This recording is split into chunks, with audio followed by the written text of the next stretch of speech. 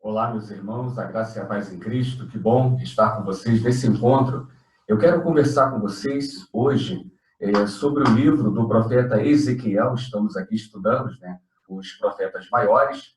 E nesse encontro eu quero falar sobre esse profeta, né, importante também em Israel.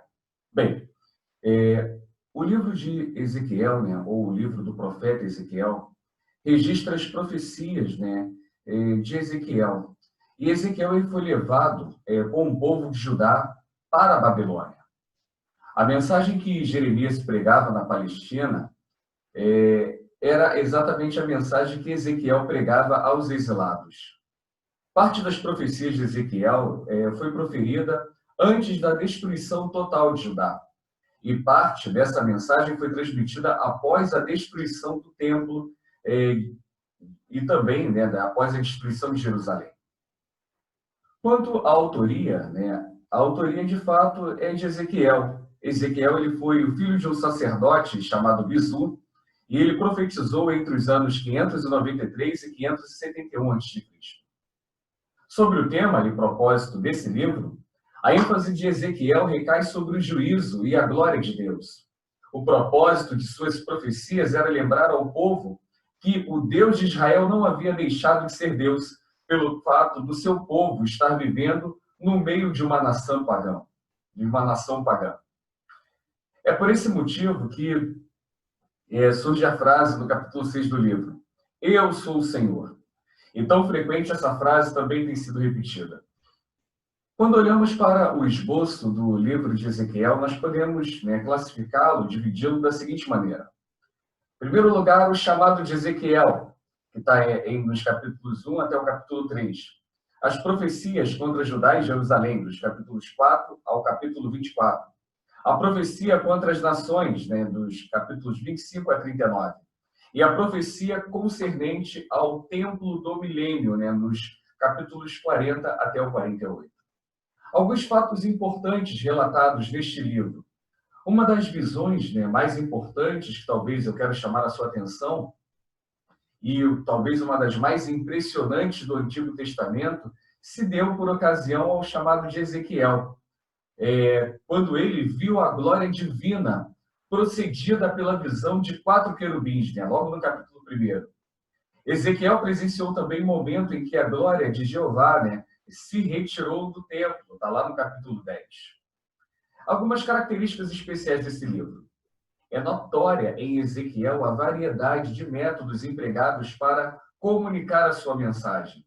Dramatização, principalmente no capítulo 4, algumas parábolas que vão aparecer no capítulo 8, poemas, né, no capítulo 19, inclusive uma lamentação e outras características de gênero literário. E um detalhe curioso é que, embora Ezequiel, né, profetizasse a Judá, o povo judeu, em seu livro, é chamado Israel. Curiosamente, né?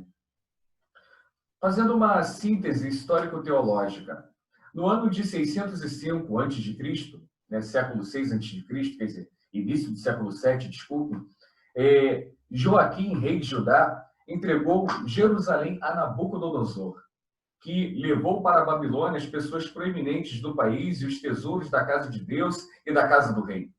Entre os cativos se achavam a família do rei e os príncipes, os valentes, os poderosos, os artífices, os construtores e também Ezequiel, filho de Buzi, o sacerdote.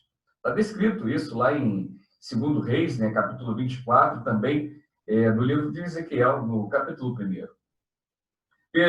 Pesarosos, né, estes israelitas exilados haviam completado a sua cansativa jornada de uma terra de colinas, fontes, vales, para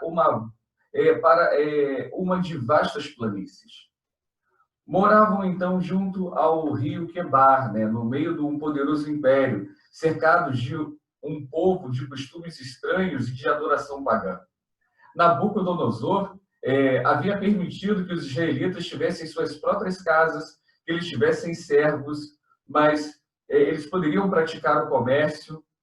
No entanto, se fossem diligentes, até poderiam prosperar. Mas será que eles caíram nos laços da religião e do materialismo babilônico? Será que eles continuariam rebeldes contra Deus? Será que eles aceitariam o seu exílio como uma disciplina procedente também do próprio Senhor? Haviam de enfrentar novas provações na terra do seu exílio. E durante esses anos críticos que culminariam na destruição de Jerusalém, Deus não privou a si nem aos israelitas dos serviços de um profeta. Jeremias estava atuando na própria Jerusalém. Daniel estava atuando na corte da Babilônia. E Ezequiel era o profeta para os exilados judeus em Babilônia. Ezequiel ele atuou tanto como uma espécie de sacerdote como profeta. Distinção que gozava também Jeremias e mais tarde Zacarias também vai ter esse privilégio. Do começo ao fim do seu livro, ele dirige-se mais de 90 vezes a ele como filho do homem. E um ponto importante quando se estuda a sua profecia, porque nas escrituras gregas, né, Jesus também é chamado filho do homem, a gente vai ver isso nos evangelhos. Inclusive, Ezequiel vai trazer essa referência, né? Cerca de 80 vezes, né? Aparece ali Ezequiel e também no Evangelho de Mateus. Mas foi no 5º ano do exílio de Joaquim que Ezequiel foi comissionado por Deus como profeta. Lemos que ainda estava ativo no seu trabalho no 27º ano do exílio, né? 22 anos mais tarde. Ezequiel, né? Era casado, mas a sua esposa morreu no dia em que Nabucodonosor começou o seu cerco final em Jerusalém. A data e a maneira, né, de sua própria morte são desconhecidas.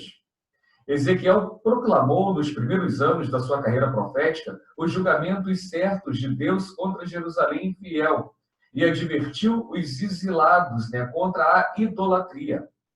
Os judeus cativos não mostravam-se genuínos sinais de arrependimento. Os homens responsáveis, né, entre eles, costumavam, inclusive, consultar Ezequiel, mas não davam atenção às mensagens que Deus havia transmitido por intermédio dele. Esses homens prosseguiam a sua idolatria, as suas práticas materialistas. A perda de seu templo, de sua cidade santa, de sua dinastia, né, de reis, foi um terrível choque. Mas isto só despertou uns poucos a se humilhar e se arrepender diante do Senhor, conforme vai aparecer lá na descrição do Salmo 137. As profecias de Ezequiel, nos anos posteriores, frisaram esperança de restauração. Censuraram as nações vizinhas de Judá por terem exilado com a sua queda. A própria humilhação delas, né, juntamente com a restauração de Israel, santificaria a Deus perante os seus olhos. Em suma, o propósito do cativeiro e da restauração era: tanto os judeus como pessoa das nações terão de saber que eu sou o Senhor. Está lá em Ezequiel, capítulo 39. E esta santificação do nome de Deus é frisada do começo ao fim do livro, havendo ali pelo menos umas 60 ocorrências, se não me falha a memória, da expressão tereis ou terão de saber que eu sou o Senhor.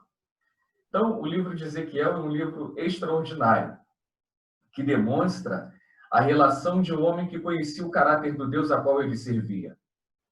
Não é pouco caso que se faz, né, que o capítulo 37 talvez seja um dos textos mais conhecidos das Sagradas Escrituras, naquele diálogo, né, de Deus com Ezequiel. Quando Ezequiel é consultado ou perguntado, né, pelo Senhor: poderão acaso esses ossos, né, reviverem, voltar à vida? E aquela era a realidade de Israel. Ossos sequíssimos, podridão, seca, morte, desolação, desesperança. Ezequiel não duvidou do seu Deus. Ezequiel não questionou se Deus poderia ou não fazê-lo. Mas Ezequiel, com base na sua confiança nesse Deus, declarou: Senhor, tu o sabes. Talvez é uma declaração que nós precisamos fazer hoje, né? Porque tem muito crente, né, desconfiando daquilo que Deus pode fazer. Ezequiel não agiu dessa maneira. Então, é um livro muito bom, né, para nós lermos, estudarmos entendermos essa relação que Deus tinha com o seu povo. E mesmo estando eles no exílio, não significa que eles estavam abandonados pelo Senhor. Que Deus assim nos abençoe nesse encontro, que Deus nos abençoe nessa aula. E no nosso próximo encontro nós vamos falar da profecia de Daniel, né? O livro de Daniel. Então que Deus abençoe a sua vida e que o Senhor abençoe a sua semana.